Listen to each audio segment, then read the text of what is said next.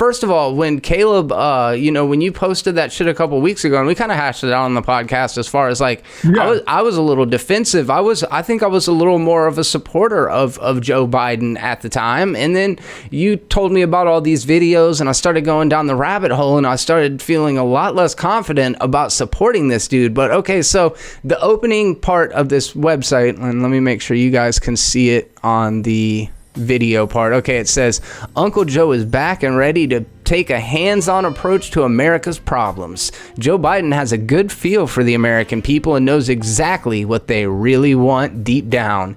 He's happy to open up and reveal himself to voters and will give a pounding to anyone who gets in his way. And so as you start to scroll down, it starts to show all of these just cringe GIFs and videos. And this is kind of the stuff that I hadn't seen as much of until you told me about it.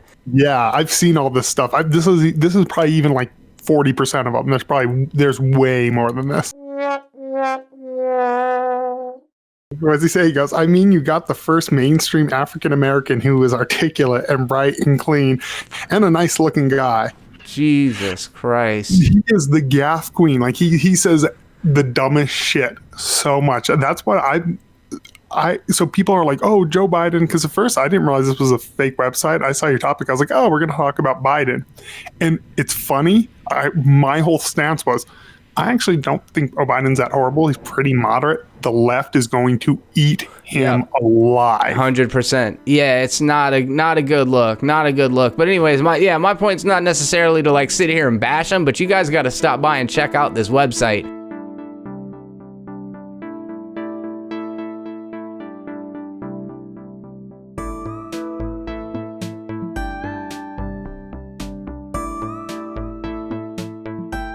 There's a bunch of t-shirts that they're actually selling, and they're really good. One says, I'll stand with Uncle Joe, and then it's got two hands coming from behind where the boobs are supposed to be at. That's hilarious. Yeah, anyways, I got a kick out of it. But that's one thing that was kind of going on that I thought about making it my topic, but then I think we got about as much as we could out of that. But we got some cool shit to talk about today. Welcome, you guys. I'm Jeremy, and this is People Are Terrible. And joining me to talk terrible topics that you want to hear about is Caleb Miles.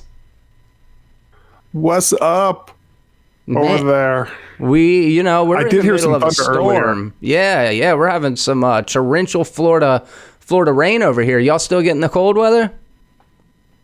No, it's actually beautiful today, but it'll probably snow in like another 2 days, so... Yeah, all right. That's how Colorado is.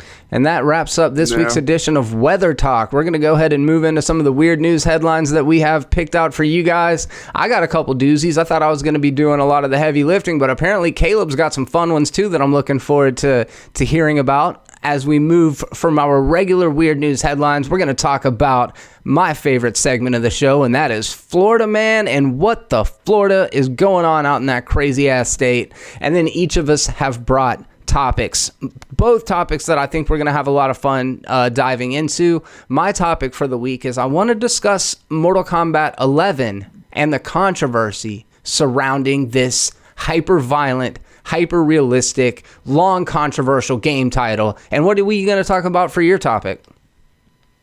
I want to talk about this. The fat sex therapist and that's her Instagram handle, I believe. I think that's probably the best way to intro that. That's her Instagram handle, and the rest of the handles I guess we'll be getting to when we start showing clips. Anyways, so let's go ahead and kick this thing off with the weird news. But actually, before we do this, I do want to take a minute to acknowledge you guys. This really is about the fan interaction. It really is. As much as me and Caleb love talking to each other, and we would be doing it if the cameras were off, but to be able to share it with you guys, it's really the main reason why we do that what we do in the first place.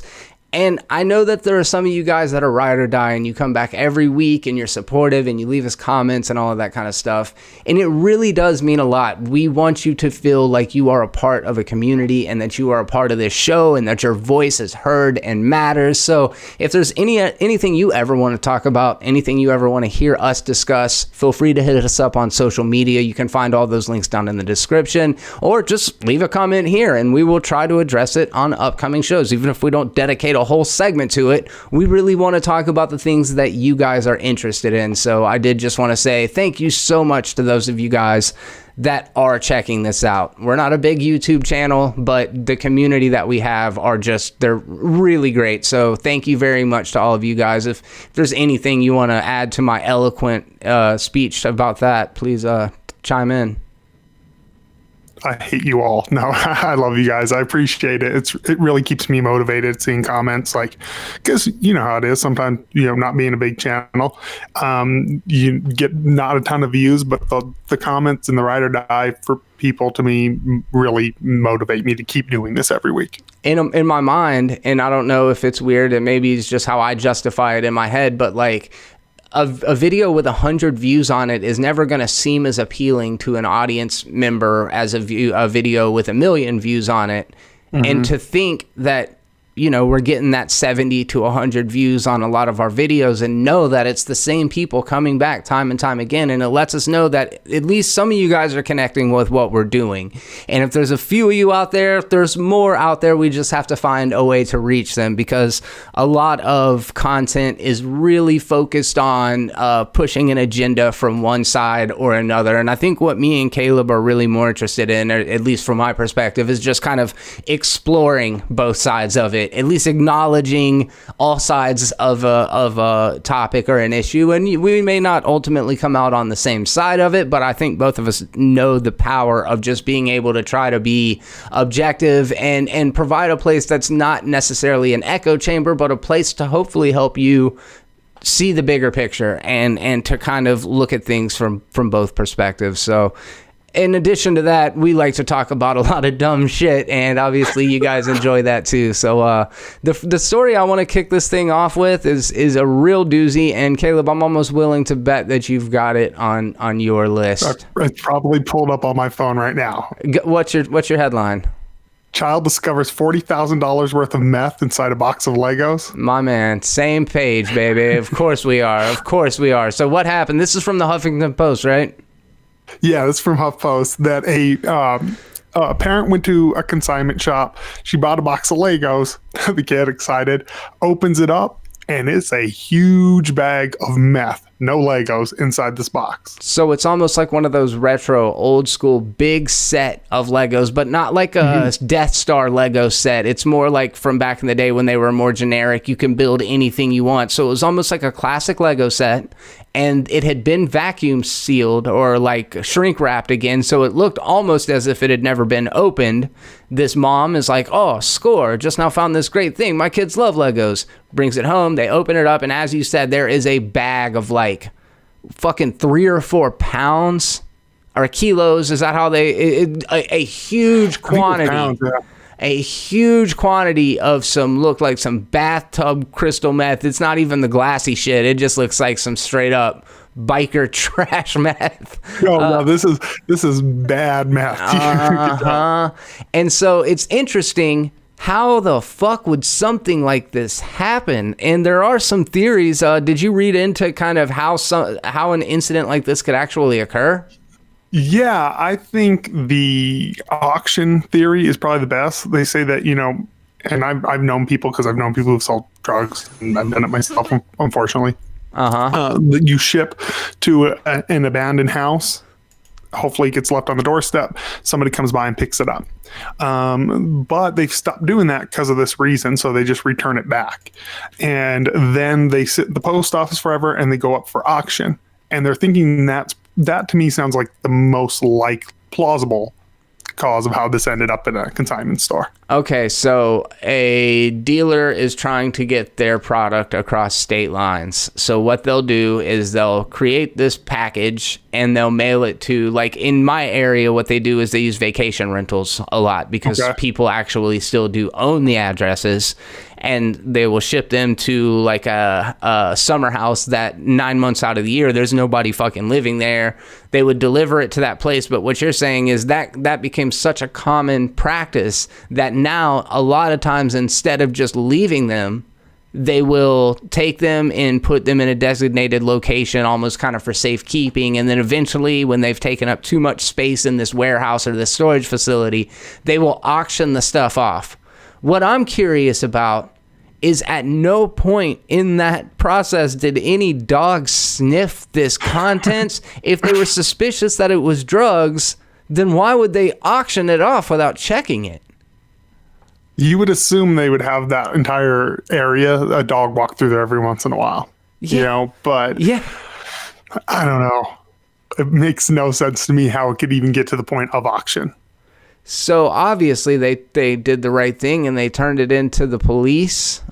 This was, I want to say like, was it $40,000 worth of meth inside? If you were in the same situation, like down to a T, you're a father, you got these Legos for your kids, you come home and you find out that's what happened.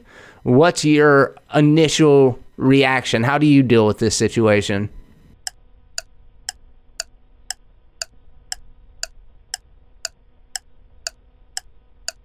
I was trying to think of a funny joke answer, but all of them were like too fucked up. I think I was like, I don't know if I want to be caught saying some of this stuff on camera. I would do the same thing. I'd call the cops right away.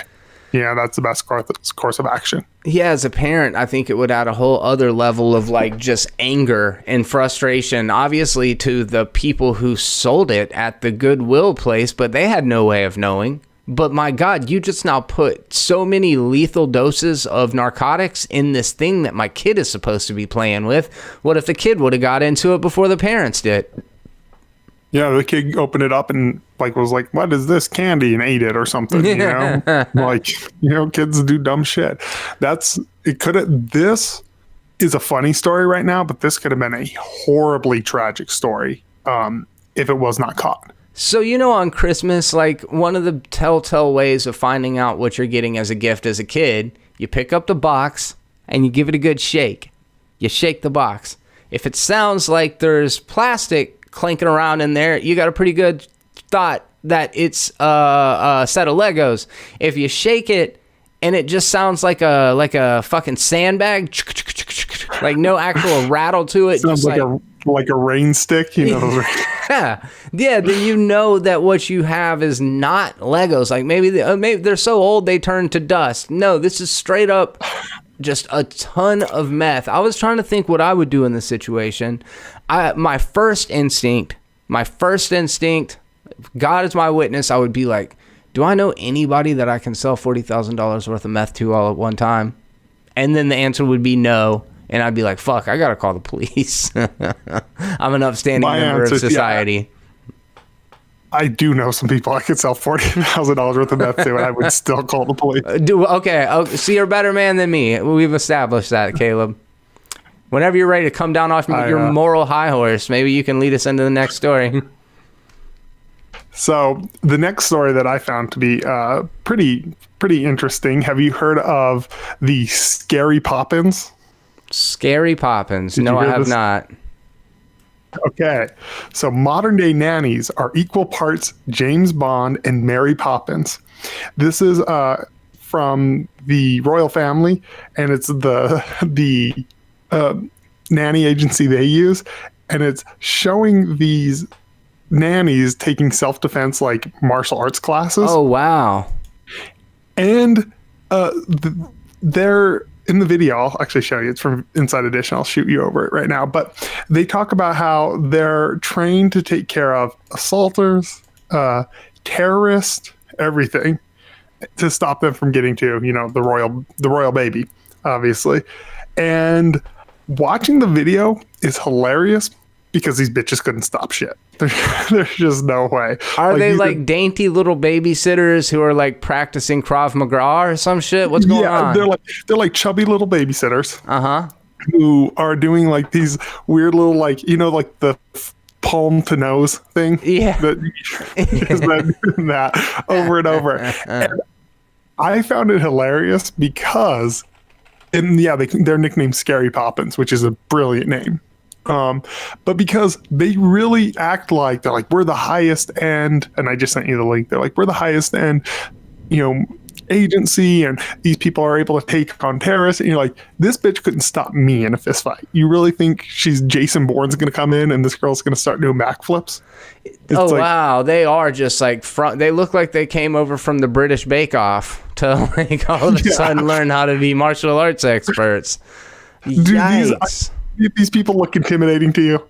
No, and it's like they don't have to be though. Like you can hire the secrets or special services or whatever. You know what I'm saying? Like have your nannies do really good at nanny shit. They don't need to be focusing up their time with fucking Tybo. Let the motherfuckers make brownies. Isn't this a great concept for a movie? That there's this lady from that agency who's like, you could do it with the president's kid or whatever, and then terrorist attack and do like a comedy and cast, what's her name? The girl Rebel Wilson, right?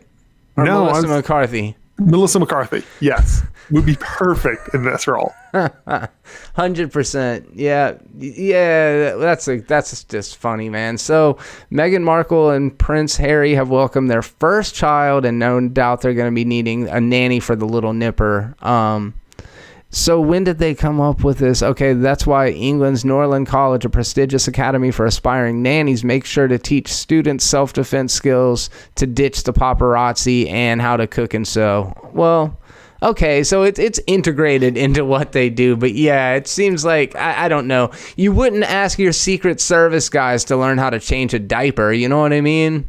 Yeah, it just seems ultimately pointless as shit to me, and I think it's the funniest thing. It was definitely my favorite story of everything I read. Yeah, it's a pretty good one. That's a pretty good one. I don't know if I can actually surpass that, but I got a pretty good one. And I should have sent you the video ahead of time. We're gonna get a real-time reaction from you real quick though. So let me see.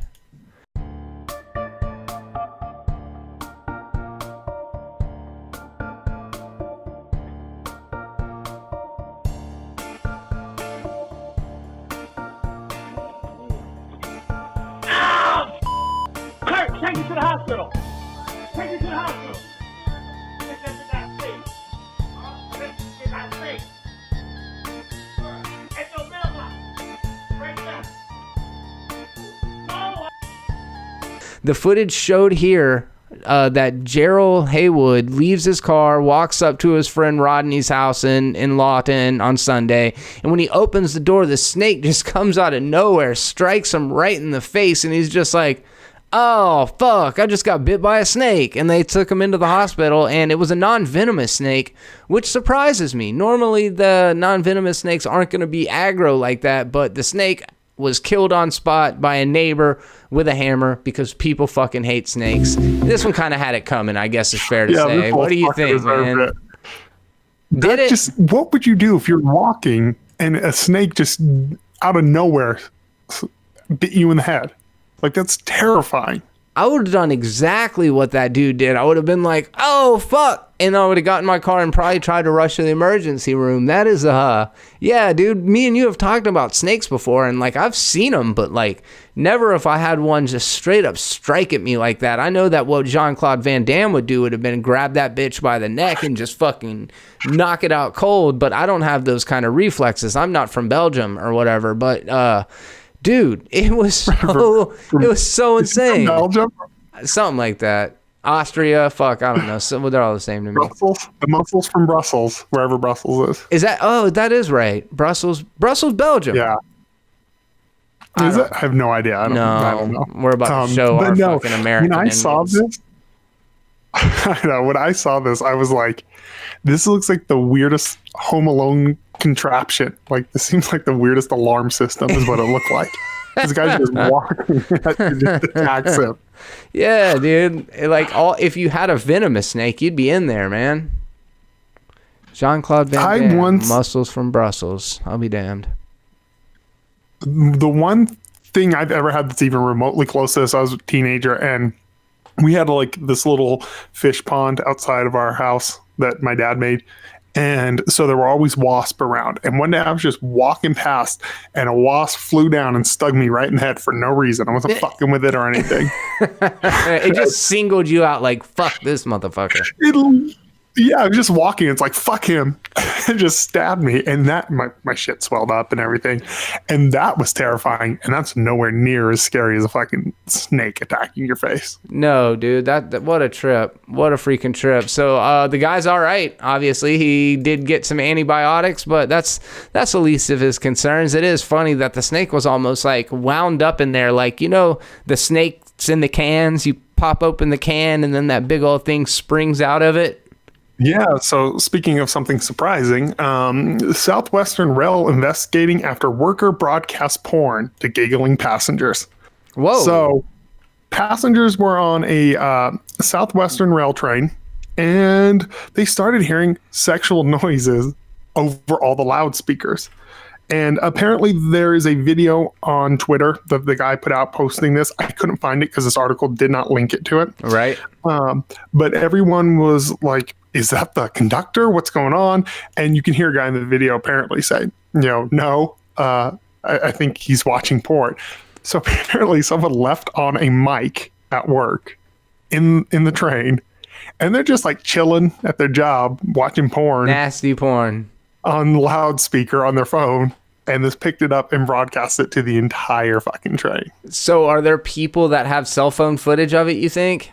Yeah, it says there is on Twitter. I couldn't find it. We're going to look for that. If there are some clips from it, I want to go ahead and add that to it. That's pretty funny. It's embarrassing. It's an embarrassing thing. Luckily, the thing about trains is like you don't have to be super attentive. You could probably rub one out and nobody be any the wiser. You know what I mean? I mean, as long as you don't leave your fucking intercom on in the same way that I've told you this before, but there was the one time that I was live streaming and didn't know about it. Luckily, I wasn't watching porn or jerking off or anything, but I swear to God, I distinctly remember picking my nose with my thumb and looking at my booger. And that's just like the most fucking like simple jack kind of shit you can possibly do. It would have been hilarious if you were just like fucking beating it on a live stream. That would have been so embarrassing. And you wouldn't have actually been able to see the act of it, but just my gross, shameful face, like fucking just gross masturbation face. My wife would have left me. I couldn't imagine like just whacking off at work. I've never done that personally. What? I'm sure there's a lot of people do, but like is this a story? Is there a story behind your what? No, I thought that was the story. I jack off at work all the time. You're like, this is normal. I don't even leave the desk anymore. It's a weird thing to be like, you're like, at work? I'm like, I'm here to work. Nothing against porn. I'll whack off at home in my privacy. No, I've never whacked off at work. I've definitely went to reference my phone at work and opened it up to porn. Like, fuck. You really should close those browsers. You ever had that happen before? No, but what I have had happen is before I deleted my Twitter, I was like, for this next whole year, I'm just going to follow every person that gets retweeted into me just to see what happened, because I knew I was going to delete my Twitter anyway. So I was like, social experiment.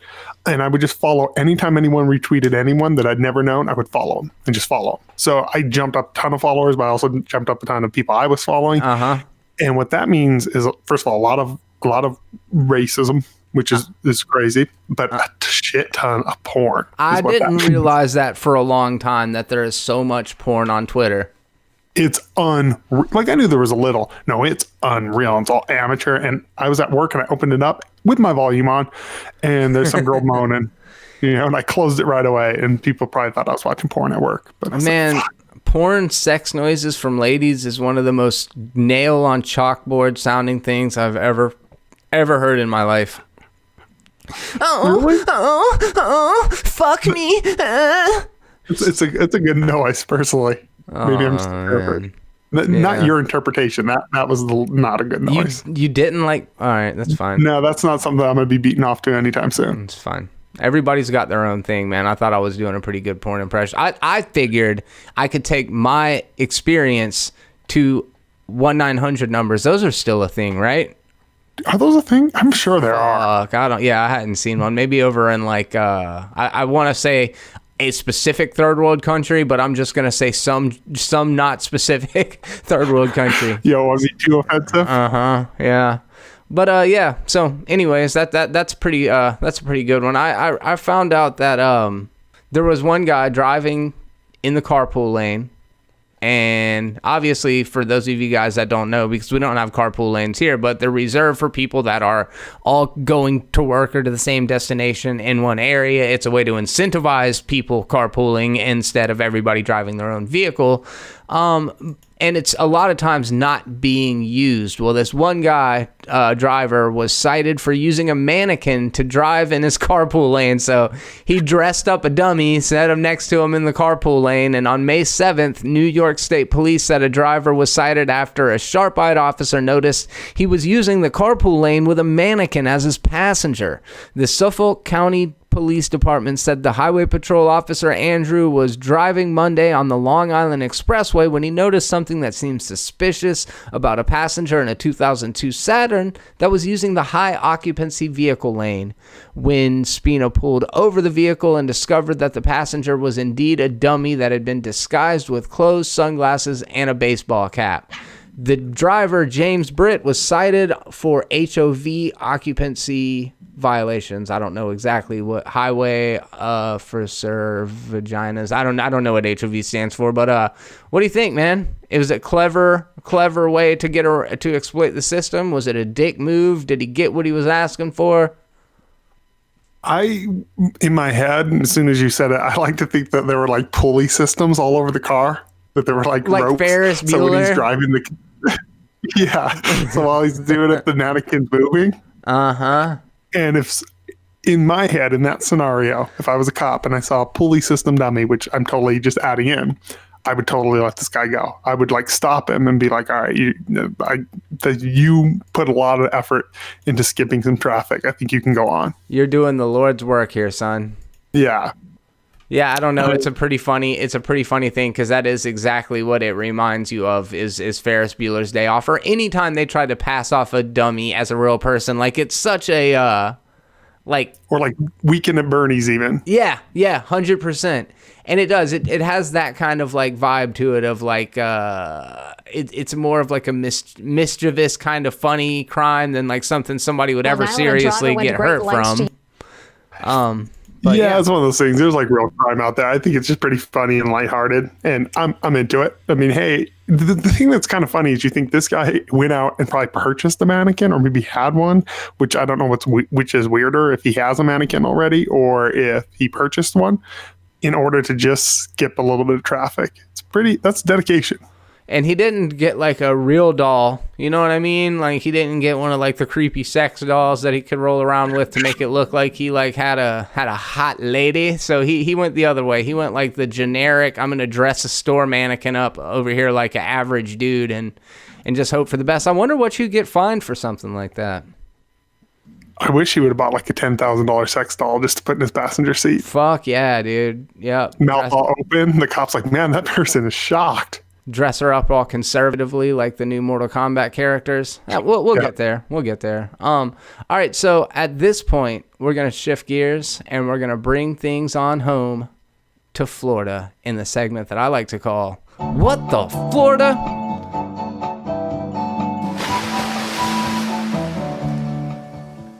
Sorry, let me try that again. So the first story that I have for this week is a Florida man faces obscenity charges for a window sticker that says, I eat ass. Before we even get into the details, should a person get in trouble for having a window cling or sticker that could be seen as being offensive? Fuck no. I think it's ridiculous. Is there a constitutional right thing that protects it versus a decency thing that should... you know what I mean? Like, is there one side that's like, I'm protecting my free speech, but then another side where it's like you're infringing on other people's rights? It's one of those things. I think this dude's a douche. It sounds like this guy's an idiot, but he has every right to be an idiot. If I don't like it, guess what? I'll look another way. Yeah, and maybe moms don't want to have the conversation about it or whatever, and that's fine. But like at the same time, parents do that really good to their kids for the first couple years instead of just telling them what the fuck's actually going on, which I think they should. I think kids should get educated super early on about everything so that they're just smarter. You know what I mean? It's not like you should make them like, smoke joints. But you like, get what Mom, I'm what does saying. that mean? Well, you see, some people stick their tongue up the anus of another individual for fun. See, I don't know, it's an tossing awkward a conversation salad to have with you. is when you eat somebody's ass with jelly or syrup. I prefer syrup. That's a hard conversation to have with a 5-year-old. So when the deputy asked the suspect how a parent of a small child would explain the meaning of the words, Dylan Shane Webb said, it would be up to the parent. Seems pretty reasonable there, Dylan. A Florida man facing obscenity charges for having "I eat ass" window sticker on his pickup truck finds his arrest a little hard to swallow. I think there's a play on words there. Eating ass, hard to swallow. We get you, HuffPost. You're killing it. Dylan Shane Webb, 23, was arrested Sunday afternoon in Lake City after a Columbia County sheriff saw the message on the rear window of his vehicle and pulled him over. He claimed the sticker violated the Florida statute dealing with the possession and distribution of obscene material, according to the Lake City Reporter. Webb disagreed, saying the message was, quote-unquote, just words. That prompted the deputy to ask Webb how a parent would respond or explain this to a kid, to which Webb replied it would be up to the parent. The deputy then gave Webb a notice to appear at the Columbia City County Courthouse on May 23rd and took a photo of the offending sticker as evidence. When the deputy asked Webb to simply remove one of the letters in the word ass so the statement on the sticker would no longer be derogatory, the suspect refused, citing his First Amendment rights. Webb was then charged with resisting and taken to jail, only to be released several hours later on a $2,500 bond. The truck was towed, but Webb said the sticker was still in place when he received the vehicle back from the impound lot. Webb now plans to file a wrongful arrest lawsuit against the sheriff's office. I'm tired of police forces thinking they're above the Constitution, the Bill of Rights, Webb told AP, adding that he seriously doubted any kids would suffer as a result of his raunchy window sticker. I've had parents drive by with me with their kids taking pictures. They point and laugh and giggle and they go about their day. He said that the sticker on the truck, he put it on there less than a week before his arrest as a group joke with several friends. I guess the cops just didn't think it was funny and just thought that they should put me in jail. And I don't know if you missed that, but I was gone for like that entire thing.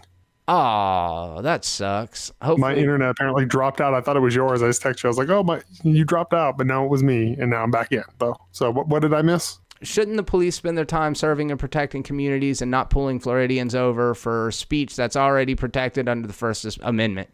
All that stuff, it's a lot of information to take in. Let's kind of reel it back to the beginning, and I wanted to ask you, do you think that this falls under the claim of possession and distribution of obscene material?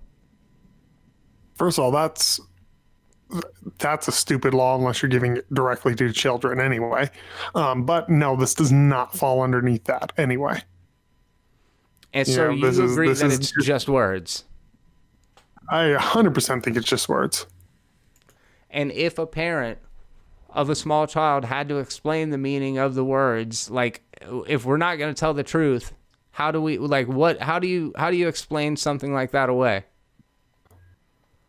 I don't know. I mean, think about all the shit you have to explain from TV. You really think those words are the worst thing this kid's running into? Yeah, that's kind of my thing, is like, what makes this more offensive? And I like the police officer's idea of just removing one of the letters from the word ass. So it says, I eat SS, which has another a slightly different connotation when you start to think about Nazi Germany. So I'm thinking, like, is I eat SS better or worse than I eat ass? Well, then you're a zombie eating Nazis, and that's a pretty cool sticker. Yeah, you're right. That's pretty cool. Yeah. And my thing, fuck this cop, man. Like, come on. You got better shit to do than take this guy to jail over this. I hope he sues him. This is absolutely asinine that he had to go through this. It really is. And he seems so on the right side of it. I mean, how many trucks have you ever seen? I don't know if you've seen any, not living in Florida, but the ones with the ball-bearing balls that hang off the back of them.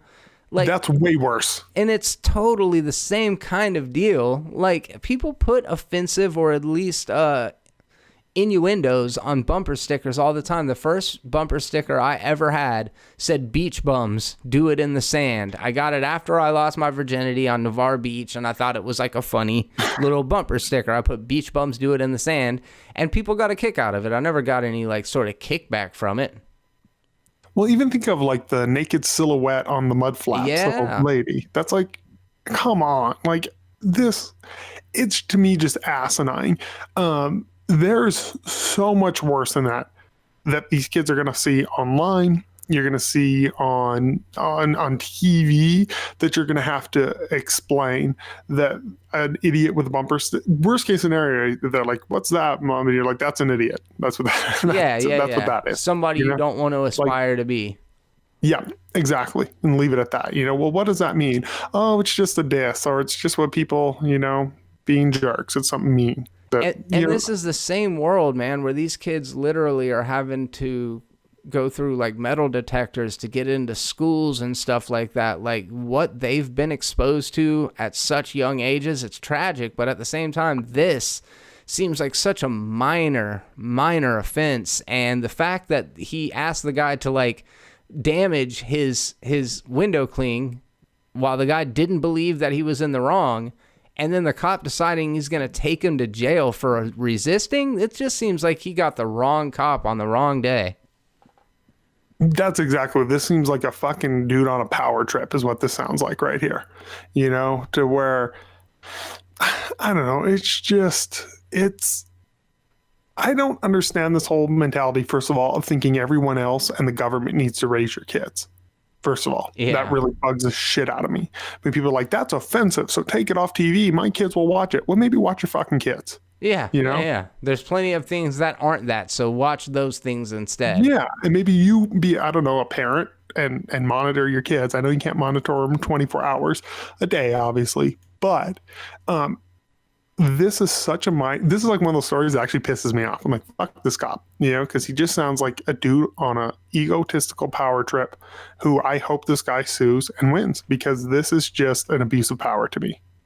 So, that's I agree. That's kind of where I stand on that particular story, but we'd love to hear from you guys. What do you think about the crassness of that bumper sticker? Better yet, have you seen one even more disgusting? I remember back in the 90s when people would drop their trucks super low and kind of like space them out, and then like get the big window clings on the back of their vehicles, and they'd have like subwoofers all in there, like that 90s custom lowrider thing. And I'll never forget, there was this one truck that would come down through the beach, and he had such low bass and so many speakers in his thing that it said, "Can you feel me coming?" on the front of his window. And it's like, it's a double innuendo. You can't really get on him for it, because the vibrations, you would feel them coming, but it's also just a total like gross, "Can you feel me coming?" You know what I mean?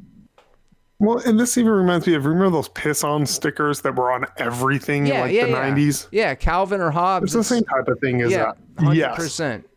Yeah, I agree, man. I think it's an expression of yourself, and you should be able to kind of get away with it within reason. And I don't know, maybe you guys listening have an idea of where that line of decency should be. But in the meantime, I got a good one about Publix down in South Florida. It was actually in Land O'Lakes, Florida, and it was an elderly couple, and they were in the grocery store checking out. The elderly woman accidentally dropped her purse, which had a gun in it, which fired off and shot her husband in the shin in the middle of Publix. Yikes. Yeah, I heard about this story. This sounds... So, as someone who is pro-gun, the thing that I cannot stand is irresponsible gun owners. And this is what this sounds like to me. Yeah, the worst kind of irresponsible gun owner. And like I've talked a bunch of times. I have a pretty complicated relationship with it, because I feel I can be a responsible gun owner. My buddy Alec, I actually posted on Twitter yesterday about this, and he felt that what I was doing was maybe a little bit of a kind of liberal attack on gun ownership. And it's because sometimes I do Because yes, a responsible gun owner would have had the safety on that gun. A responsible gun owner would have probably not been carrying it into a grocery store, or not on a harness, or on a holster or whatever. And a responsible gun owner would have done things differently. But it's just too bad that we are swimming in a sea of idiocy, and that a responsible gun owner is about as likely as a responsible. Everything. People are fucking idiots, and that's the problem. It's like, I trust Alec. I trust you. I know that I would be a responsible gun owner. I know that you would be a responsible gun owner. But it's still, and not to get super political, and obviously you have every right to make your point in counter to this, but I just feel like we give people too much credit, and the more guns that are out there, the more accidents like this, I feel, are likely to happen just out of law of averages. I would agree with that assessment that you gave. I would also, my counter point is there's a lot of irresponsible drinking and driving car drivers killing a fuck ton of people. Yes. We just had a ton of people killed just the other day right by my work by a semi. Like 8 people died in a pileup. That's terrible. Because of irresponsible. Like, we saw the smoke from my office. It was right on my exit to my ramp. And it's one of those things is, same thing with that. That was a tragic event. That was literally like people died, which if this was a mass shooting, it would make national news. The incident that happened the other day by my work didn't make national news because people die from car wrecks constantly in this country because of irresponsible car drivers. Right. I guarantee you, I haven't looked at the numbers, guarantee it's way worse than guns. Has to be. And can I be just devil's advocate to that, is like, we know the need for cars. We know that our day-to-day life is so dependent and reliant on them, and how many people have cars. Again, back to the law of averages. Yeah, there's a lot of fucking idiots on the road. But with something like guns, it gets a little more abstract to understand how much we actually need them in our day-to-day lives. Well, my counterpoint to that is, does it really matter if the death toll's higher for the other? Yeah, I don't know, but I hear what you're saying. I definitely hear what you're saying, and I guess again, if we took every single car off the road, America wouldn't be able to get to work anymore. Where if we took every single gun off the street, then people would just have to find another way to either assault or defend other people. Yeah, but I'm a firm believer of it's the same thing with the speech thing, that I will always stand by that guy's constitutional right. I will always stand by the constitutional right of the individual, always. That's kind of where I fall. And this is someone who's grown up around gun violence, I will still always fall on the side of the individual. That's just kind of where my logic is. I will always fall pro freedom, even with the negative stuff that comes with it. That's just kind of where I always end up falling. I think I don't mean to be nihilistic. I like to be a positive person. I fear that the majority of people, like, we give people too much credit in a lot of situations. And I know that's not necessarily fair, because again, when I look at the people in my circle, I look at my friends, and you talk to me about responsible gun ownership. My friend Steven talks to me about responsible gun ownership. My friend Alec talks to me about responsible gun ownership. And I trust you guys. I honestly know that you're like intelligent enough and measured enough to be able to be responsible about stuff like that. But the fact that this woman was carrying around a gun in her purse that was off safety just shows that, like, no matter how responsible 75% of us are, that 25% that either doesn't have experience or are just make dumb decisions, they fuck it up for everybody else. These are the kind of headlines that I agree, that create those think pieces and give people ammunition. I even posted something a little snarky about basically, like, a good guy with a gun would have had the chance to brandish their weapon and shoot the gun's bullet out of its path of trajectory and save the person's life. And obviously that's, it's me being a little bit of a prick about it. But I just hate this idea of, the problem is we need more guns on the streets, because I think the reason why there's more car accidents is because there's more cars. And that's where I end up falling. I'm not one of these people who's like, we just need more guns. I even made a joke about giving teachers guns. How fucking stupid that is. Yeah, I'm glad we're on the same page about that. That's nuts. That's idiotic. I remember when people were saying that, I was like, and this was quote unquote my side. I tend to lean conservative. I was like, are you guys fucking idiots? Like, no, this is not. What? I will always fall on the side of freedom, because let's say I don't think it's 25% irresponsible. It's even 5%. That's still way too many people, but it's kind of one of those things of, there's a certain percentage of the population that is just murderers, and rapists. Yeah. So should we punish all men for the transgressions of a couple? Should we? And I always have a hard time punishing an entire collective for the results of a few bad actors. And you see it on the left and the right. You see people go after each other depending on the issue. It really is, topical. Is like right wings has their thing that they'll go after people on the left for, even though it's such a small percentage. People on the left have a thing to the right. And I have a real problem with punishing a whole for the quote unquote greater good because of a couple of bad people stripping everyone away from rights, because I don't really like the slippery slope argument. But if we can extrapolate that out, we end up in a society where you literally can't do anything, because it's just everything can be dangerous when put to a greater scale. And I agree with that 100%. I except for, like, in my mind, it would be the select elite that would have the ability to carry guns, and not selected and elite by any other standard other than you've passed rigorous testing, mental health, target practice, responsible gun ownership, all of these different things. So, like, it's a privilege to be able to own a gun. I mean, it is a right, and everybody should have the right to do it, but it should be a more specialized kind of thing, to where any old person can't do it. I do agree with more training being required and more hoops. I'm fine with that. Like, that is something that people on the right usually get mad at me about. But I'm totally fine with people having to take X amount of hours before, of training before they can have a gun, having to do mental health evaluations every 4 years or whatever, 5 years, because mental health changes. Like, those are ways that I'm kind of liberal leaning in that sense. Well, I guess the liberal wouldn't be the right term. I guess I'm left leaning because I think the liberal stance would be pro-gun. But yeah. I'm fine with that. Like, we have hoops that you have to jump through to make sure, you can get a license. Yes. We have all of that. So I personally, when I hear people on the right really get up in arms about that, I think it's a little overreactionary, because I'm super pro responsible gun owner. And if we can make it harder for idiots to get a hold of guns, I'm actually fine with that. That doesn't bother me, because this lady, perfect example in Florida, obviously is an idiot. Mm-hmm. She didn't know what the hell she was doing.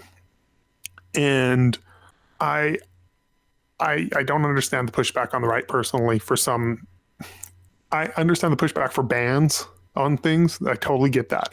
I don't understand the pushback for mental health checks, or maybe you have to take 50 hours of gun training and target practice and before you can do it. I'm fine with that. Yeah, I think me and you are pretty close to the same side of this issue, because we both I feel like we both fall in a little, very centrist. I think I fall a little more on the pro-gun side than a lot of the most extreme liberals, and I think you fall on a pretty fucking liberal side of what extreme conservatives would agree with. And I just think, I can acknowledge that guns are tools that are helpful and extremely necessary in certain situations, but I would love to envision a day where we didn't need guns. That said, I'm a responsible not gun owner, but I am very well trained in firearms. I'm experienced with them, and I don't like the idea of taking guns away from somebody that is is doing things on the up and up to just solve the problem across the board, because yes, most gun owners aren't doing this. And then there's those moments where we see the cop break dancing and fucking firing off his gun on a dance floor. That was out here in Colorado. It was. Yep. And then there was another story I didn't really touch on last week where a school resource officer shot a hole through a wall in the cafeteria with, hundreds and hundreds of kids around. So it's just, everybody's got to be careful. Again, I don't want to get preachy. We've been doing pretty good about not getting super into the political stuff. But I think mostly I just want to bring a little bit of freaking nuance to these conversations. I actually think we got into the politics quite a bit, but in a responsible, measured way, instead of just screaming at each other. Absolutely. From extreme right, extreme left position, which apparently is impossible for anyone on either side to do anymore. So I've got one more Florida man story. Do you got one that you want to jump into before we wrap up the Florida man segment? I feel like we got a whole extra topic just shoved in the middle of the show, so I'm good on the Florida man. But if you got one more, let's do it. I got one more. Florida man masturbates on beach because there were women in thongs. Yeah, so he started shooting off too, apparently. So, okay, let me pull up the article real quick. First of all, what are your thoughts on... Well, shit, let me go ahead and pull it up. Well, There's not really any good thoughts. This is definitely a lot worse than the eat ass. This is actual being lewd and everything. Yes, good point. Yeah, this is talking. Okay, perfect example about being measured and looking. Not everything's black and white. Yeah, don't masturbate in front of strangers. Like, just don't fucking do that. That is wrong. That is lewd and lascivious and I mean creepy. So this was Flagler Beach. A Florida man who was masturbating on the beach told deputies he did it because women came to the beach in thongs. Police responded to a call at the beach on the North Ocean Shore Boulevard Thursday afternoon. A woman said she saw the Florida man touching himself while staring at her. Police then watched and recorded the man pleasuring himself for nearly 30 minutes. Why? Touching himself through his swim trunks, which were pulled up to the point where he was nearly exposed. So he's like sitting on the beach, up under his fucking swimming trunks, jerking it. When the officers arrived, they watched and recorded for 30 minutes as Andrew laid on his back with his legs open, touching himself through his swim trunk bottoms. The Florida man was later identified as 52-year-old Kenneth Andrews. He made statements to police stating that he knew better, and once at the police station, he made the comments about the women in thongs. He's being arrested in charge of lewd and lascivious exhibition. So 30 minutes, first of all, if you really are, I mean, I like looking at a girl in a thong as much as any other guy. But if you really find the need to masturbate, do a quick masturbate. Why are you sitting there slow jerking for 30 minutes? Yeah, in and out kind of job. You fucking hide your shame. Every guy knows. Out of there. Every guy knows sex and masturbating different. Like, you can rub one out in a shameful amount of time if you really need to. Yes. Like, you don't need to sit there and slow. First of all, don't do it at all. But don't slow jerk it for 30 fucking minutes. Yeah, this is. I don't know. People are fucking weird. This is a kind of it's a funny story, and it's not a funny story at the same time. I mean, it's funny that, like, I get a kick out of the fact that the cops, instead of intervening, just sat there and let them fucking do it for 30 minutes. That's a long time. They're like, man, they're like, let's let him finish first. And they're just like, fuck, he's not done yet. We're just going to see how this plays out. I mean, dude, what is a good fucking video of a guy jerking off without a cum shot at the end? You know what I mean? I know. That's the thing. They were like, man, my Pornhub's going to get so many hits. It's body cam footage uploaded to fucking YouPorn. Yeah, they're like, I agree. Why the hell would you sit there and not intervene for 30 fucking minutes? That's weird. First of all, because this could have got worse. Like, if I saw a guy staring at my wife or my daughter doing that, there's a good chance I'm beating his fucking face in. You know, like, not that I'm pro-violence, but I could understand someone having that reaction. Yeah. So I'm like, this could have got bad quick. Even if it wasn't your wife or your girlfriend, and you're just a man. Yeah. And you come rolling up on the beach and you see him like lingering and looking at women like that and jerking off. You say, hey, dude, get the fuck out of here, you pervert, you know? I don't know if nobody else noticed him or if they were just uncomfortable to confront him about it. Well, I'm sure the women especially would probably be uncomfortable. I mean, he's staring at him and literally fucking whacking it. So, I mean, I think waiting 30 minutes, I guess they needed a lot of evidence, but waiting 30 minutes, it does seem a little bit irresponsible to let that go on that long, because this could escalate to something pretty bad. And then a guy's getting arrested for assault, or a girl who's getting arrested for assault, or he actually physically assaults someone, or, you know, like this is a bad scenario to just kind of let ride out and see what happens. And then however many people in that interim were made aware of what he was doing, how many little kids were on that beach. Talk about a tough conversation to have. But this idea that he did it because women were in thongs, this is a long kind of idea about, you know, whether women are asking for it, or if they wear certain things, are they bringing attention to themselves? And this ties really nicely into my topic, but it also ties into something before we even move into that, of the idea of like, there's something intrinsically or instinctually attractive about women in thongs.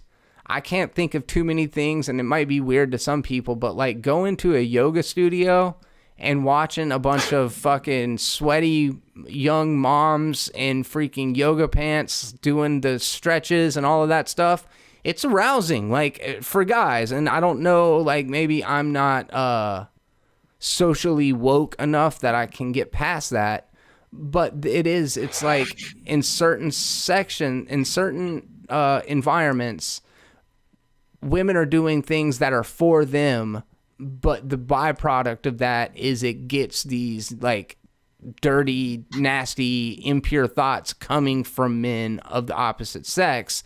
So is there a place in the future where like women can wear thongs and it not sexually arouse people?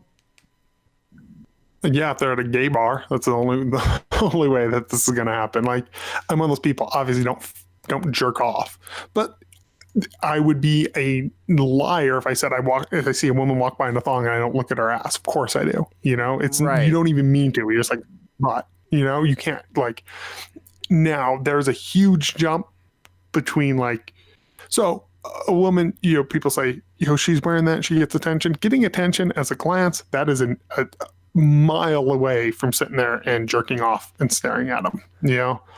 A glance at a girl's ass while she walks by, yeah, it might be uninvited and might even be a little creepy, but that's a huge jump to where this guy was at to me.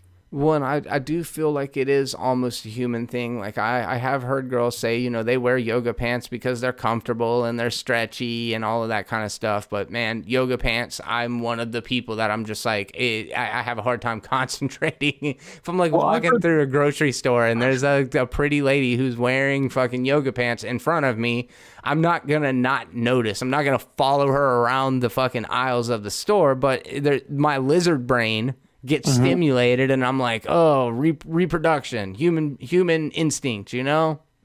And that's the thing too, that I know women who wear them like, oh, because I'm comfortable. I also know a lot of women and who they've told it, I'm not even including my wife, it's like, my ass looks good in these. I want to wear them out because my ass looks good. Yeah. And do you? That's awesome. Yeah. Your ass looks good today. Awesome. But you're going to get a look if your ass looks good because your ass looks good.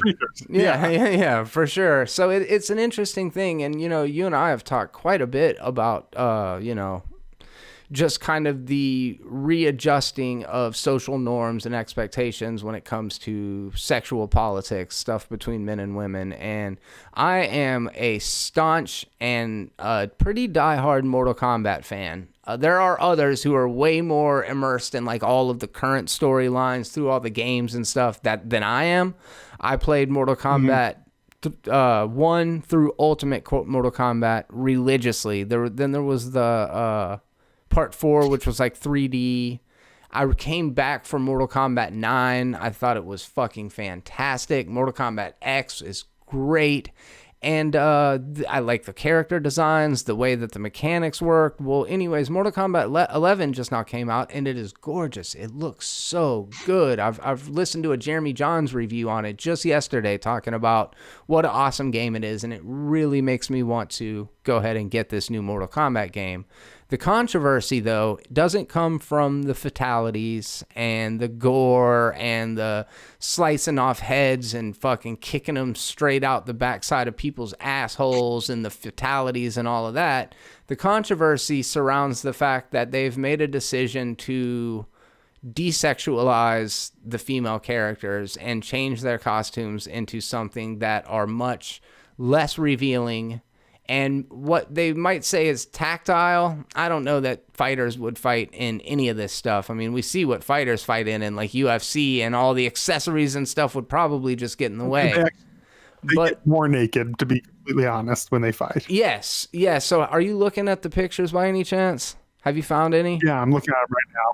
So Sonya is a big point of contention. Melina, Katana, and historically, through media for a very long time, women were usually sexualized characters, lots of cleavage, big breasts. They started even working on the animation of their breast, I think in like Mortal Kombat 9, where like they jiggled more realistically. And of course, all these females are endowed in a way that's not really like the human standard. It's like almost like comic books or something like that. So it's the same standard that men get pushed upon with like He-Man and Wolverine. Those are not physically accurate either. It's that type of thing. And that's what I was kind of wanting to touch on. There's a lot of stuff that we can dive into, but something like Kano. Kano he's always been like a beefcake, shirtless character, very muscular, very unrealistic standard of beauty. But I guess he's not in thongs. It's not like his dong flopping around through it. But anyways, these new Mortal Kombat costumes for female characters that we've all beloved are essentially covered from head to toe now. They've reduced the size of Sonya's boobs, which I don't really care. And that's a big thing to preface. It's not all about that. It just seems like a really weird move to make if what you're trying to do is avoid controversy. Is it really that people would be offended by? And if these people played Mortal Kombat, they don't give a shit about this. Like, who is it even for? If they were trying to avoid social media criticism, then they are not the company that they started out as, because being controversial and being subversive was always their business model. So when you look at a character like Katana, or you look at a character like Sonya Blade, or you look at a character like Jade, now compared to what they looked like, it's a pretty dramatic difference. Jade looks pretty awesome, though. The new one. I actually like the new version of Jade. She's pretty badass looking. She looks much more like Scorpion. I'm not going to lie. Yeah, a lot of the actual costume designs are pretty dope, but I wouldn't mind having like retro skins to where if you want to play her like as a more ninja-like character, you certainly can. But if you want to go back and use that old throwback costume, that the option's still there, because it was always a titillating game. It's about the tits and ass and the violence. Obviously, it's also about the fight mechanics too, but like I just find this to be a weird move. I just find it's the whole, like, because I see a lot of people referring to this as the whole get woke, go broke type of thing, that they always say. And the rules for wokeness always confuse me. It used to be people on the right were mad about how sexualized these characters were and how bloody and violent this game was. Now it's flipped and it's the other way. Now it's seen, it used to be seen like games like this, by pushing the boundaries, were the shining example of pushing the boundary and being, like you said, subversive. And now it's that same crowd who's offended by it, but I don't feel like the Mortal Kombat crowd is that crowd. I think the Mortal Kombat crowd, off the top of my head, would tend to be more centrist or more right, because it's violence, or old school left, not new progressive left. That doesn't seem like someone that would really be into Mortal Kombat, because it's it's extreme, it's offensive, that's what Mortal Kombat is. So it does seem like a weird move for an audience that probably did not want that move. You know, I don't understand the play really, but it doesn't offend me either. It doesn't offend you that they've changed it? No. Yeah, not at all. I just feel like it's kind of like it just feels soft. It feels like a sellout move that like they weren't willing to hear that criticism. But again, all of this just completely graphic, gratuitous violence, and this is America, is completely acceptable. However, it's the idea that sexuality is bad or that women are constantly being sexualized. My problem, and this is, kind of maybe reaching, but it's like somehow putting a sexy costume on one of these characters like Jade or Melina or Katana. I've seen so many girls cosplay as those characters over the years, the sexy versions of them. Some women actually like to be sexual and to have... Some women like the fact that they have fucking rockin' bodies and want to be able to show them off. It feels to me like this new regime of Mortal Kombat, what they're kind of doing is putting these sexually, and this is just my stupid opinion, but like characters that were sexually confident that didn't have any hangups about that. They're just out there kicking ass and stuff, and now they're almost in like burqas. They've got hoods and masks over their face. Every ounce of their skin is covered. Is it progress to like dress women like they have the same rights as they would in Islam? Well, and that's my thing that I don't understand about the new wave of like that whole wing of the left, which I would not put you on at all. I would not put, for the beginning of the podcast, I would not put Biden in that side. I'm talking the extreme progressives, the AOCs, the Ilhan Omars, and her following, those type of people. I don't really understand. I feel like it's this thing where no matter what you do, it's offensive. So women... So sometimes you talk to a feminist and all the way up to prostitution is liberating for women because Correct. It's women's pro-sexual, they're in control of their own sexuality, but also costume's offensive. And I don't know where this line is, and I kind of feel like there is no line. It's just being angry for the sake of being angry or making a point to be woke for the point of being woke. Because you could take literally like the point you just did, which I think is more ideologically consistent with the views of a traditional person more on the left, is female empowerment is them being okay with their bodies, but in a weird way, and we've seen progress for women's sexuality, making them into, you're not allowed to like explore their sexuality. It's a weird thing that I can't wrap my brain around. And so I understand the old school argument, and many women have said it before, is like, we're more than just that. I agree. But that doesn't mean that there's not a place for those that are.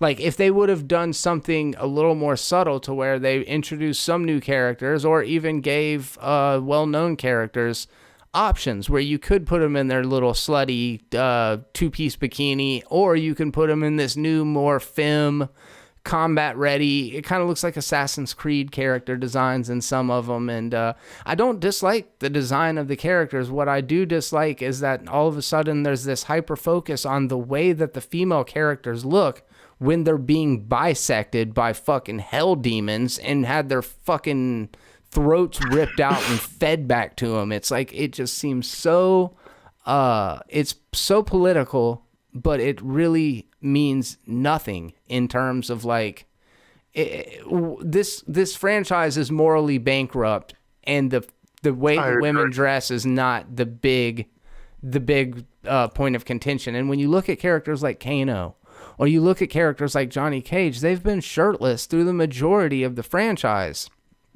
with their muscular, rippling bodies, and you don't see men come out and be like, actually, men wouldn't fight in that kind of equipment because it's not armored up enough, or whatever the thing is. Well, it's the same thing as I kind of said in the beginning, where I had a girl once who was like, well, you don't know what it's like to be, probably said the story, from a young age, be exposed to unrealistic body standards. I grew up with Barbie. I'm like, pick up a He-Man toy and tell me that that is a realistic body type for a man. We all There's been, like, and even Wolverine in comics, his like waist is so small, it has no organs, and the rest of it's all muscles on muscles. It doesn't bother me. It's an idealized fantasy of what the perfect form is. It's a power fantasy, and that's fine. It's like going back and taking Michelangelo's sculptures from back in the day and chiseling off all the muscles and then being like, see, this is an accurate representation of people.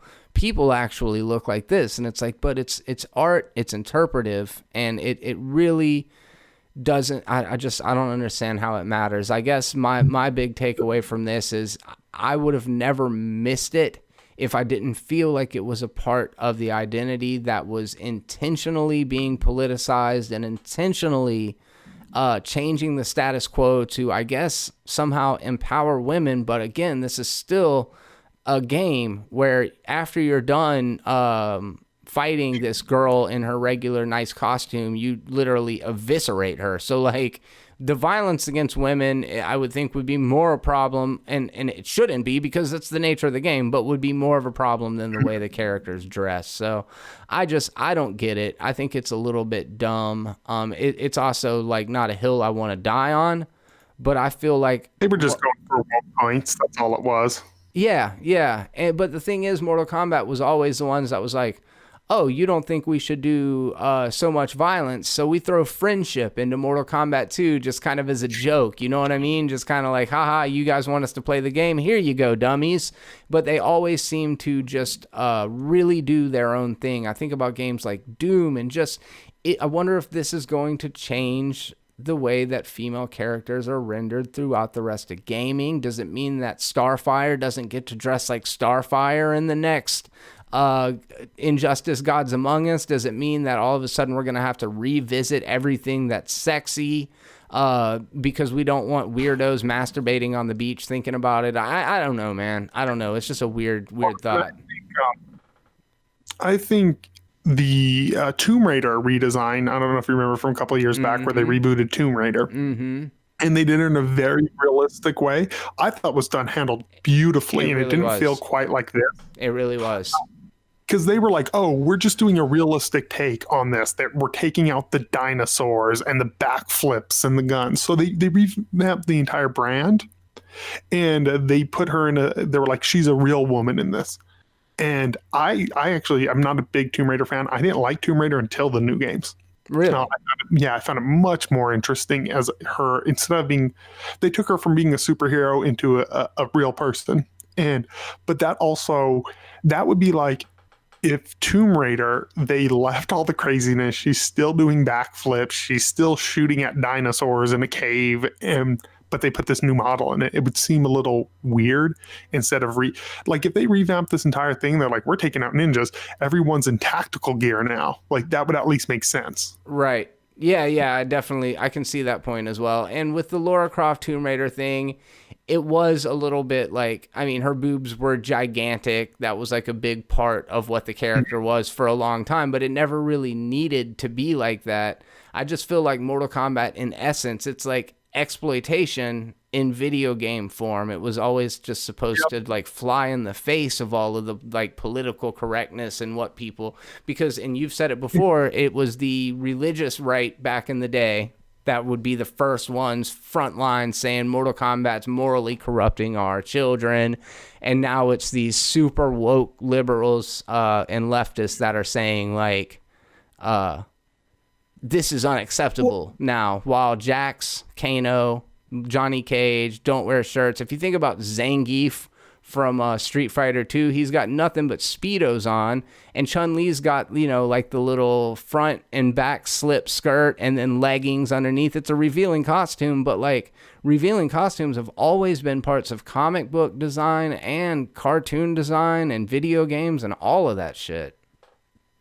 Well, and then Mortal Kombat is like grindhouse gaming, like you said. It's like an exploitation film. It's that type of thing. Like, it's very tongue-in-cheek, over the top, super violent. You're ripping out people's spines. I don't get this move, but it doesn't offend me, but I don't get the move either. It seems like Friday the 13th, like if they were like, we're rebooting. Oh, Friday the 13th, the video game. Great fucking example of this.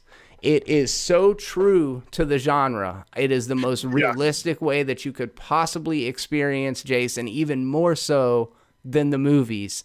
But they copped out really early on and decided there weren't going to be any nude scenes in the game.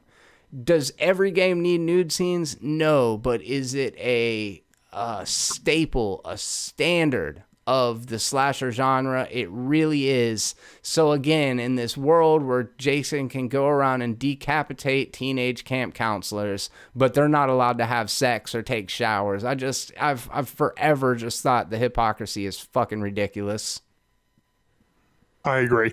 And you're ideologically consistent forever, for our entire life. The whole debate is, why the hell do people on the right get mad about a sex scene, but they'll watch people be murdered nonstop? Like, that's been the stance of the left forever, as long as I can remember. Yeah. And now it's not. I don't get it. Well, that is just two dudes' takes on it. Obviously, I'd love to hear a little bit of insight from any of our female listeners. Ashley, if you were checking this part out, let us know what you think. I also think that anybody that has a passing interest in this conversation, in the franchise, and would like to see where it goes next, because it looks great. I hear the mechanics are a little bit different this time around, and it's almost like having to relearn Mortal Kombat, which is scary for me because for so long I got by on the same kind of movesets and combos. But so this one apparently has a more steep learning curve, and they're really trying to position it as kind of the standard for competitive fighting games, because the last Street Fighter game didn't get all that great of reviews. I'm very eager to play it, and to be honest with you, I don't care as I'm playing the characters. The way that they dress, it just seems like a weird politicized move. But yeah, I guess that's kind of our thoughts on that one. Caleb, let's go ahead and talk about your subject. Yeah, I would love to hear what the fat sex therapist thinks about that. Have to say about this, yeah. So this story comes, from a lot of places. I just found the article I sent you was National Review. I'm pretty sure that's like a right-wing outlet from the but there were several other ones that I looked at. A lot of them did seem to be right-wing, but go ahead, because I have thoughts about that as well. Yeah, so the fat sex therapist compares fitness instructors to Nazis during a college speech. So a woman whose Instagram name is the fat sex therapist gave a speech at St. Olaf College on Thursday in which she compares fitness instructors to Nazis and putting children on diet to rape. Quote, she said, "I truly believe that a child cannot consent to being on a diet the same way a child cannot consent to having sex," in her 2-hour speech at the college main stage. Another quote, "We should be critical of the use of science and production of knowledge to continue promoting this idea that certain bodies are fit, able, and desirable. It is my fatness that caused my high blood pressure, or it is my experience of weight stigma." So she said, is it my fatness that caused my high blood pressure? Yes, it is. Or is it my experience of the weight stigma? No, it isn't. It's your fault. She took it even further, calling the science that states that obesity is unhealthy is, quote, fat-phobic science, saying that it is often actually eugenic science. Eugenic science is Nazi science. No, it's just science. It's not eugenic science. And these are me adding, obviously. I think it's that the man... Oh, and then she went on to make this connection. "I do not think it's surprising that the man who shot up Christchurch, New Zealand was also disgusting. A clear communication that there's still an idealized body." And then she said, "Nazis really love the idea of an idealized body, and so it makes a lot of sense to me that a fitness instructor might also think that an idealized body in this thin white supremacist way." The 2-hour speech, and it just goes on like this I couldn't find the whole speech, but I did find clips. And she talks about how, here's the quote, where does she say? The children part. Seeing is one thing, child's health. She said that, because a child can't consent, putting him on a diet is fucking rape. That was her quote, which is... She said it's fucking rape? Yeah. Disgusting. So eugenics. the science of improving a human population by controlled breeding to increase the occurrences of desirable heritable traits or characteristics, developed largely by Francis Galton as a method of improving the human race, it fell into disfavor only after the perversion of its doctrines by the Nazis. So eugenics is a term that is very often correlated with the Nazis and their desire to create a supreme race. However, Caleb, as you said, it is science, but I think the implementation of the science has been historically considered to be associated negative, with, yes, there's a negative connotation to it. You know I love you, bro. Like, I love having conversations with you every week, and sometimes I feel like, you know, and it's not just you. People have a tendency to get caught up on identity politics. So my first train of thought was, I need to go and find a quote from where this lady says it, because you sent me a link to the National Review, which I do believe is a slightly conservative site. I typed in... It's even past slightly. I think it's very conservative. I typed in fat sex therapist compares to Nazis at a college speech, and several articles came up. And I would say 75% of them were more conservative news sites. And I didn't want to base my whole case, my whole debate or argument on this thing, because I couldn't find the actual clips from her. I found clips where people were narrating over the top, like the audio was dropped out, but we could see video of her, and they were summarizing what she was saying.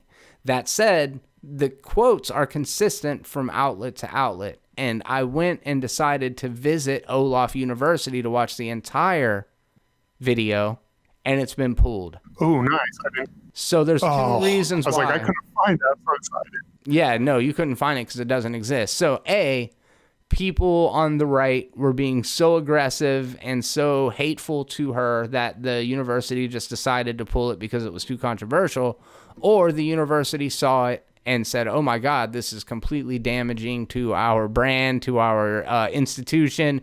We've got to get rid of this immediately. So I was going to just kind of get on you about the meaning of hyperbole. Maybe she was a comedian. Maybe she was saying this stuff in jest as a way of just kind of getting a rise out of people. But as I read her quotes, I just started to get more and more angry. And Jesus, dude, if it's true, if we're taking it at face value that this lady said what she said, she is so much more than a fucking idiot. She is a dangerous person who is spreading misinformation about science based on her feelings, and it is just completely inaccurate. It's false, and it is like it's peddling the worst kind of advice, because you and I have talked about it before. Nobody's life has, maybe some people, most people's lives will never be improved by being ridiculed, by being looked at as the other, by having people be cruel to them. But if your defense mechanism is to lash out and say fitness instructors, people whose job it is to try to improve the lives of others, and comparing them to Nazis, it's just despicable. Well, and that was me, because I did the same thing. I knew National Review. I'm not a person who frequents our site by any stretch. It's probably the first article I've ever read, but I've heard about them. I think they're pretty extreme right. Okay. Don't quote me on that, but I think they are. So I was the same thing, where I was like, well, I want to hear it, because everything gets taken out of context and switched around. And same thing I found is every article I could find was pretty consistent. And for me, this is like a hot button issue to me, especially childhood obesity. It's one of those things that makes my blood boil to no end. It's so perfect example. Last week, my back was killing me. So I went to the doctor, went to the chiropractor, and something that I knew, I'm a little hunched. My back's curved, my spine. And I was like, is there any way to repair that? They're like, probably not. You know, it would have to be surgery. And I told them about how I used to be obese, and they said something that I've read online before, but never had it confirmed from a doctor. They said, well, when did your obesity start? I said, as a child. And they said, that's very common. kids who are obese children tend to have a curved spine because of the weight pulling them down when their bones are soft.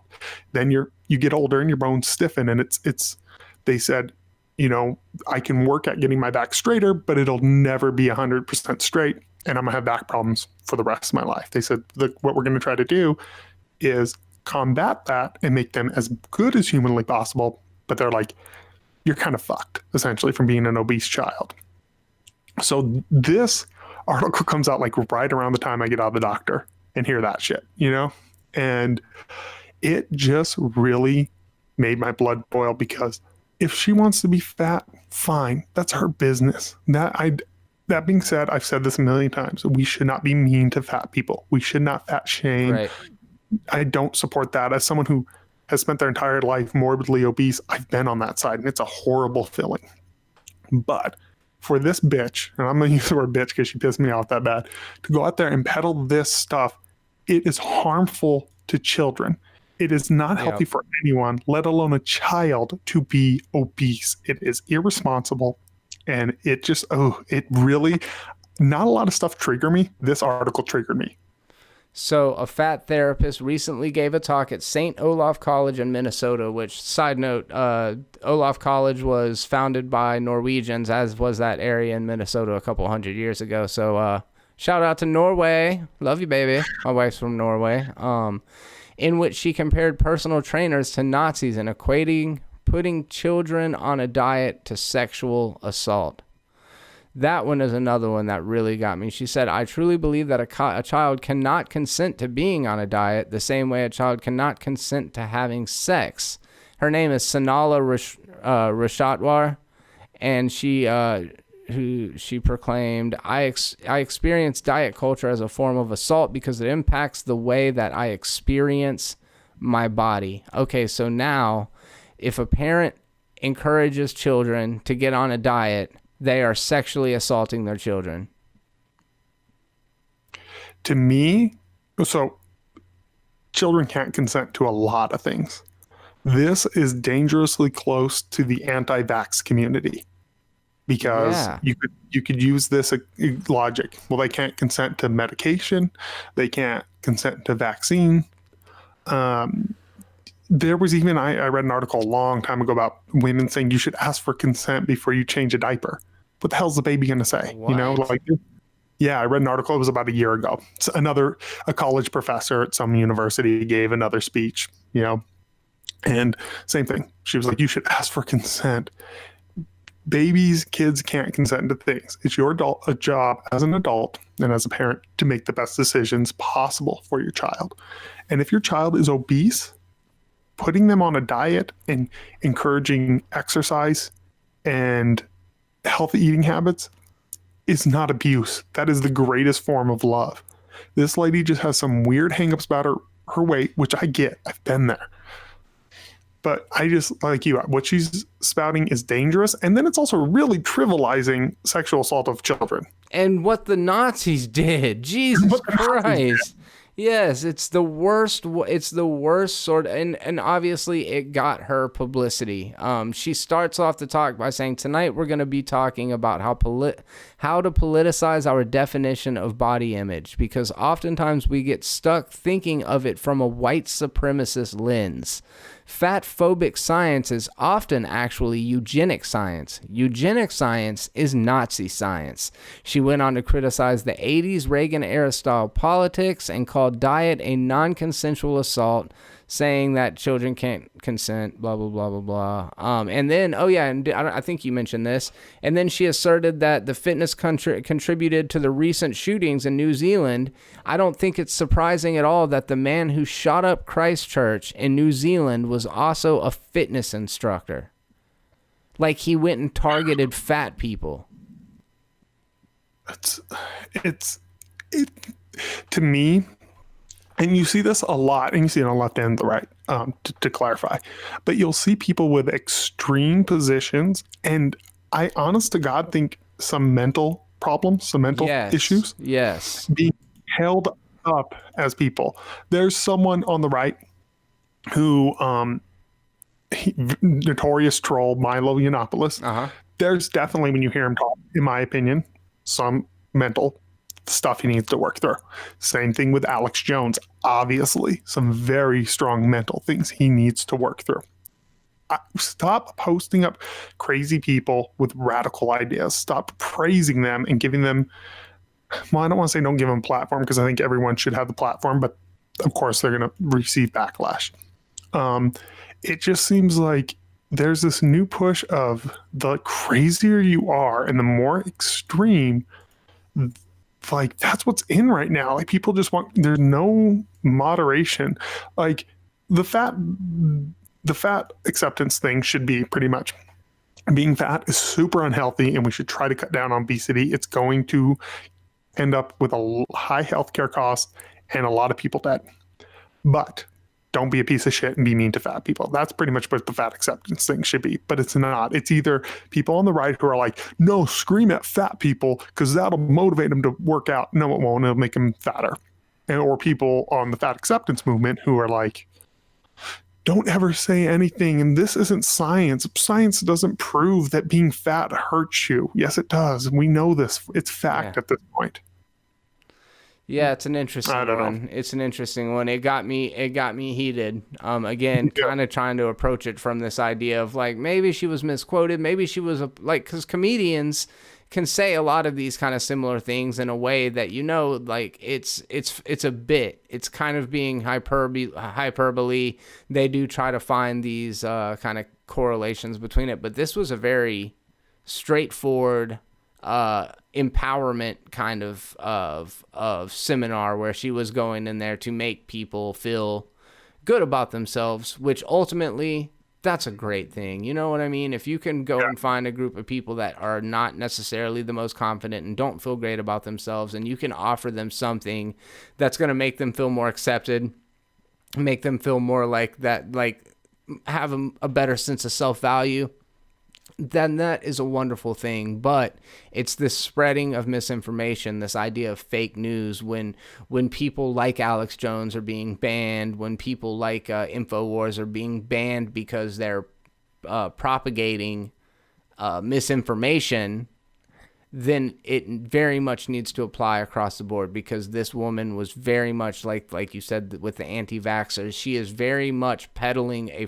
fringe idea that is not based on science, that's based on emotionality and based on, I guess, this idea of woke thinking that we just should accept everything and everybody regardless of if it's acceptable or not. Yeah, it's definitely a dangerous minority. And then I think this is fringe. I don't think she's indicative of the left in its entirety. So I really don't. I think she's as fringe as the people on the right who say crazy shit. I really believe that. I hope I'm right. But one of those things I cannot stand, and I think you and me agree on this, is the anti-science crowd. I'm talking flat earthers, climate change deniers. This lady, there is science and we should respect that as much. And if the science changes, we find new information, we should update, obviously. But I just cannot stand science deniers, and they're on anymore. I would have said even like 20 years ago, if you would ask me which science deniers, I would have said they were all on the right. Like 99% of them, fell on the right. Yeah. And now they've kind of dispersed depending on the issue to both sides. Well, and that's a really good point. It's like, if you're going to ridicule flat earthers because of the fact that they outright reject science, or you're going to, talk about climate change deniers and all of that, these are things that are kind of seen as like liberal issues. But then on the other side, you can't create your own like bullshit fringe pseudoscience and then ridicule people for their weird and crazy ideas. It's all the same thing. Yeah, it's all people operating because of emotions, or a lot of times on the right because of faith, and personally, I feel like what she's doing is a lot more damning than a flat earther. Like, what does flat earther do? It doesn't hurt anyone. It's stupid, but it doesn't hurt anyone. This is actually damaging, I think, to someone if if you're a young, impressionable 13-year-old and you're overweight, and I've been there, you get picked on constantly, and you're looking for answers. I would rather you find the answers of, this is unhealthy, and let's work toward getting you to a good body weight because your life will be better, than everyone who hates you is a white supremacist, and your body is your body. Love yourself no matter what, because yeah, I think you should love yourself. But at the same point in time, if I had that mentality, I'd be 400 pounds still and have a lot of health issues. Who knows? I may not have survived my cancer scare. The doctor said if I was that weight, that surgery would have been much, much harder. And I don't know. Like I said, I rarely get triggered. This is one of the few articles that I got triggered on and got me really angry. Hopefully nobody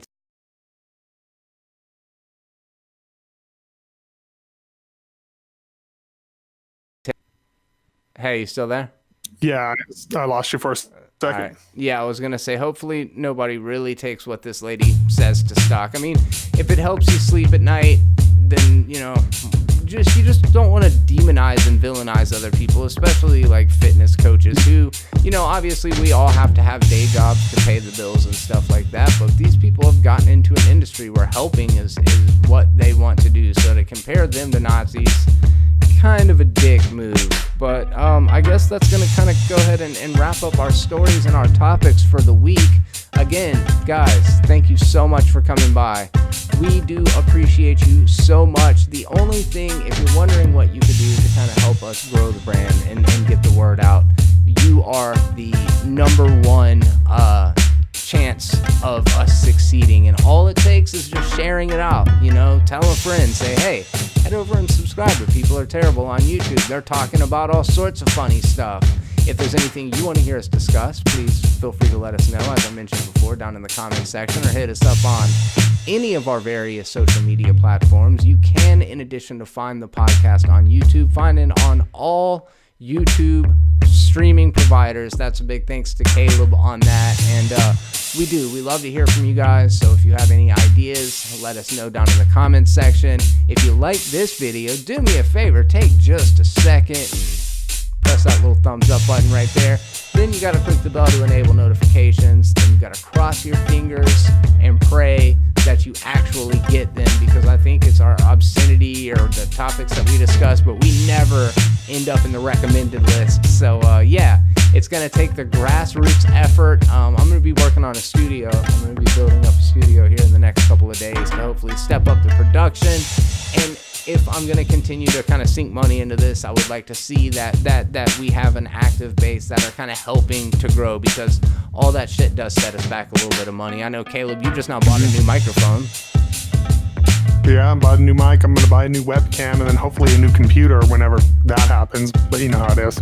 No, I do know how it is. Both of us have to work day jobs, and we want to continue to be able to make great content. If you want to help out in any way, head over and check out the Patreon page. It is a Movies Are Terrible or Be Terrible, specifically Patreon. But that money stays there to go back into all of the different projects. So it will be distributed between the two of us. Head over and check it out. We don't have a lot of pledges. We would like some ideas about what you guys would like to see for supplemental material. Me and Caleb have lots of conversations that we aren't being recorded. Maybe we could upload those for little bonus things. We really want to take this thing to the next level, and it is going to take your help. So thank you guys very much for coming by. And until next time, and on behalf of both me and Caleb, be terrible.